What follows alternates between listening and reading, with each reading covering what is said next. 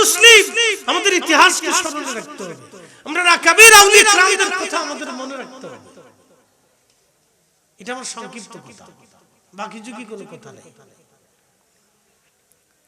প্রিয় উপস্থিতি, মালদ্বীপে গেছি, বড় বড় চুল রাখে যারা মালদ্বীপের প্রবাসী আছে তাদের কাছে জিজ্ঞেস করলাম, ওরা বড় বড় চুল রাখে। তো জিজ্ঞেস করলাম চুল রাখে কেন? তো প্রবাসী ভাইরা বললো এদের ঐতিহ্য বড় বড় চুল রাখা, এই জন্য তারা তাদের ঐতিহ্য ধরে রাখছে। পৃথিবীর এক উন্নত দেশের একটা দেশ মালদ্বীপ, ওদের 1 টাকা আর আমাদের দেশের 6 টাকা। কোনো ধান নাই, পাট নাই, গম নাই, জব নাই, কিছু নাই, কোনো বন নাই, পাহাড় নাই, পর্বত নাই, খনিজ সম্পদ কিচ্ছু নেই, শুধু মাছ আর পর্যটন। ভালো করে শুনুন, শুধু মাছ আর পর্যটনের উপর নির্ভর করে একটা দেশ অর্থনৈতিক ভাবে স্বাবলম্বী। আর আমার দেশের 18 কোটি মানুষ আছে, একসাথে কোন আল্লাহু আকবার। কি মানুষ কি সম্পদ না? কি কথা কর না, মানুষ সম্পদ না? মানুষ যদি সম্পদ না হয় তাহলে আমাদের দেশের মিনিমাম 2 কোটি মানুষ বিদেশে কাজ করে, 2 কোটি মানুষ প্রবাসী আছে। যদি মানব সম্পদ না হয়ে থাকে তাহলে এই 2 কোটি মানুষ যদি 3 মাসের জন্য বাংলাদেশে টাকা পাঠানো বন্ধ করে, আল্লাহর কসম করে বলি বাংলাদেশে ভিক্ষার থালি পাইতে হয়, ভিক্ষা খুঁজে পাবে না। কি কথা খারাপ করছি ভাই? মাত্র 3 মাস, 3 মাস যদি রেমিটেন্স যোদ্ধারা বিদেশিরা প্রবাসীরা আমাদের দেশে টাকা বন্ধ করে দেয়, তা আপনি 3 মাসের ভিতরে দেখবেন যে দ্রব্যমূল্যের দাম আকাশচুম্বী হয়ে গেছে, আপনি খুঁজে পাবেন না। তাহলে এই প্রত্যেকটা মানুষ সম্পদ। যেই বাচ্চা আজকে জন্ম নিয়েছে ওটা সম্পদ, যেই ছেলেটা আজকে যুবক বেকার ও আমার দেশের সম্পদ, ওই বৃদ্ধ আমার দেশের সম্পদ। এই সম্পদটাকে, মানব সম্পদটাকে আমরা আজ পর্যন্ত কাজে লাগাইতে পারিনি, অথচ চীন কাজে লাগিয়েছে। পার্শ্ববর্তী দেশ ভারত প্রায় 150 কোটি মানুষ তাদের দেশে তারা সেই সম্পদ কাজে লাগাইছে।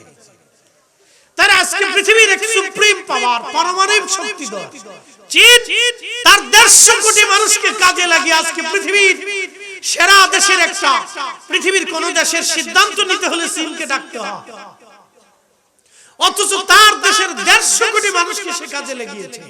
আমার দেশের 18 কোটি মানুষকে আমরা কাজে লাগাইতে পারি।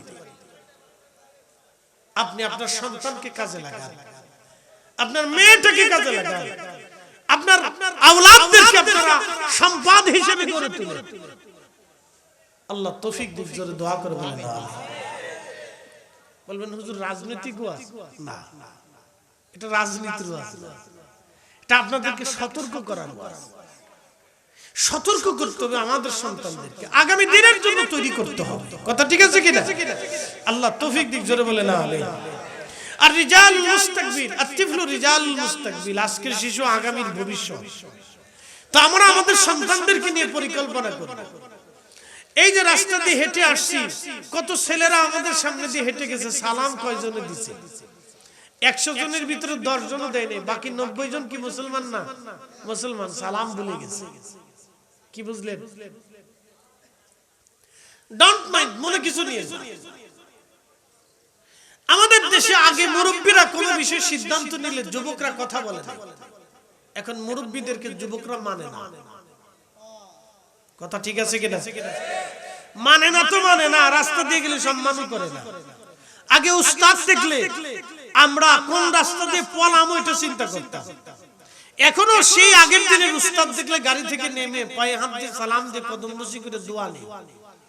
এখনকার ছেলেপেলেরা উস্তাদ দেখলে সামনে শটাং হয়ে দাঁড়ায়, স্যার আসসালামু আলাইকুম, ভালো আছেন স্যার?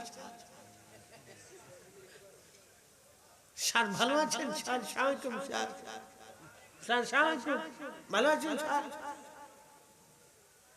বুঝতে পারছেন আগামীর জেনজি কোন দিকে যাচ্ছে আল্লাহ জানে। 3 বছর আগে যে ছেলেরা মুসলমানি দিছে এটা এখন গাঁজা খায়। এই আস্তে করতে জোরে বলেন। বাংলাদেশের এমন কোন গ্রাম নাই যে গ্রামে গান জুটি না আছে। আমি কি মিছে কথা বললাম? আপনারা বলেন।